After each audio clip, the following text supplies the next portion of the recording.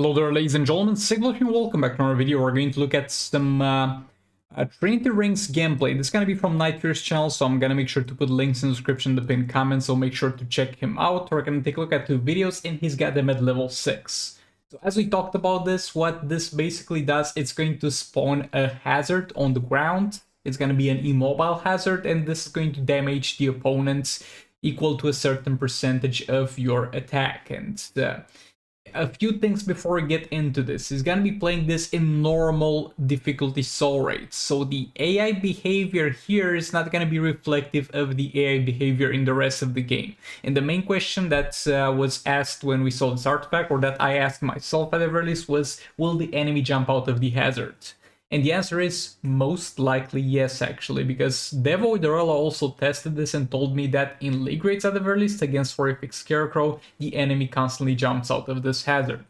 So this makes this artifact significantly worse.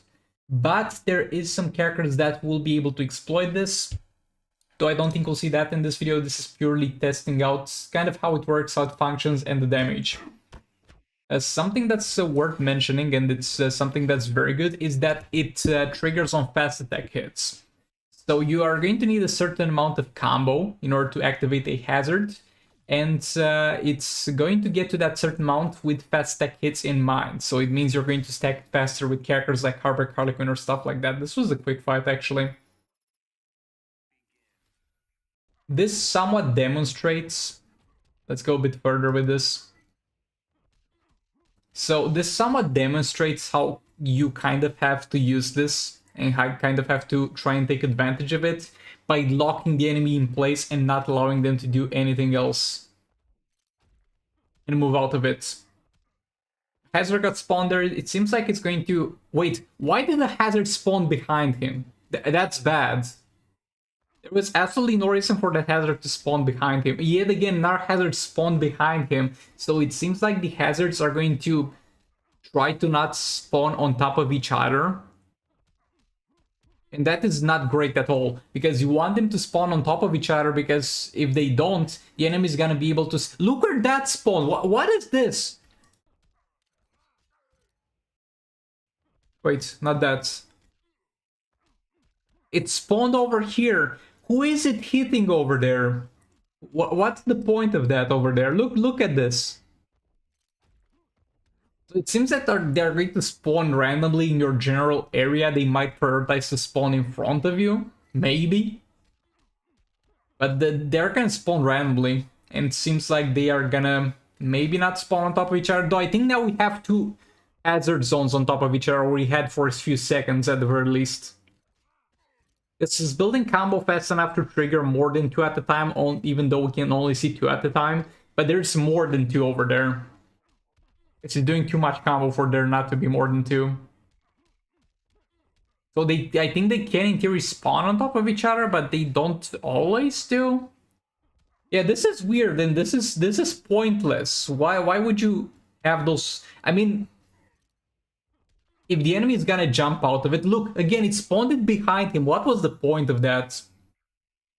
But yeah, if the enemy is gonna be spawning, if the enemy is gonna be jumping around, and that's what this artifact will make the enemy do, it's gonna be a bit better that they spawn randomly, because even if they jump, they're gonna jump into another hazard. But this is kind of a weak fix to a problem that should not have been there, and if that problem wasn't there, you wouldn't need this. On the other hand, it's gonna be a huge deterrent for characters that are gonna be able to keep the enemy pinned down, because let's say you use Kimflan Sakumen, and this is going to... This artifact also helps you out with power generation a lot, so you're going to power generate faster. So you might be able to lock them into an infinite combo with Kimflan Sakumen 3rd special with the maxed out artifact and Dr. Fate, let's say. Even though the power generation doesn't seem too great, though he doesn't currently have hazards active. But even if you're trying to circumvent the weakness of this artifact that makes the enemy jump out of it by trying to keep the enemy pinned down, the artifact's like, nope, I'm not gonna spawn another time here. As far as damage goes, the damage seems fine. The damage seems actually pretty high, considering... Actually, it's a level 6 artifact for the sword, so he's got some passive stats.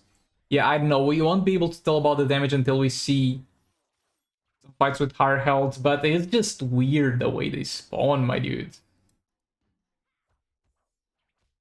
Okay, we came into this fight too late. Let's watch the other video. In this one, I think there are gonna be higher health fights. I just opened both of the videos at the same time. My bad. Actually, the same video twice. Yeah, I think this is the other video. No, this is actually lower health fights. But yes, so far the artifact's kind of weird, not gonna lie. He's got a bunch of other artifacts, so I guess he had even more passive stats equipped, and that's not looking good for the damage of this artifact.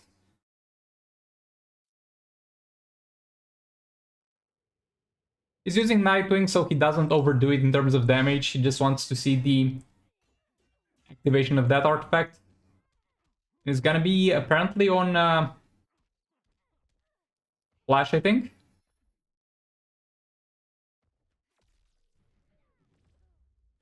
Nah, bro, she's gonna die before he even gets to trigger it.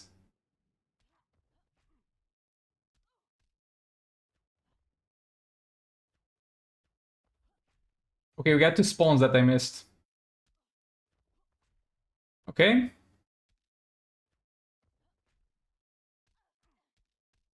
Again, it's spawning it behinds. I do not like this artifact one bit.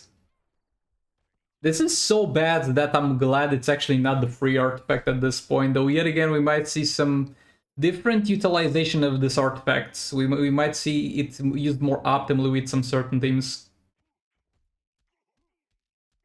It spawned it behind, what's the point? And the fact that you can spawn it outside of the combat area in the right corner is just insane.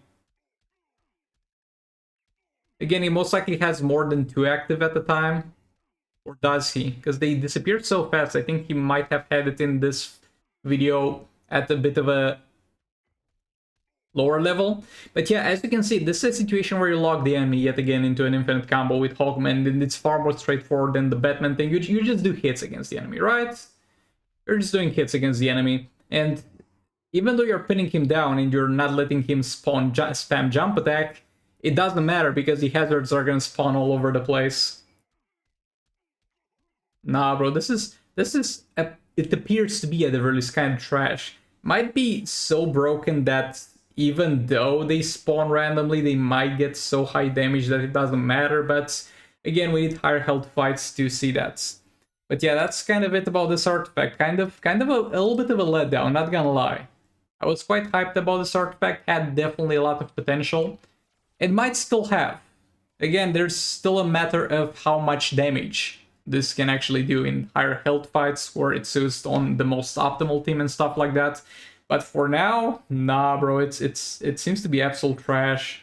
At the very least, the functionality of it. Who designed this artifact looked at it and it was like, oh, this is a good idea. This works the way we intended it to work. Nah, bro, I don't like this. But yeah, thanks so much for watching. Make sure to check out Night Fury. I'll see you all in the next video. Goodbye.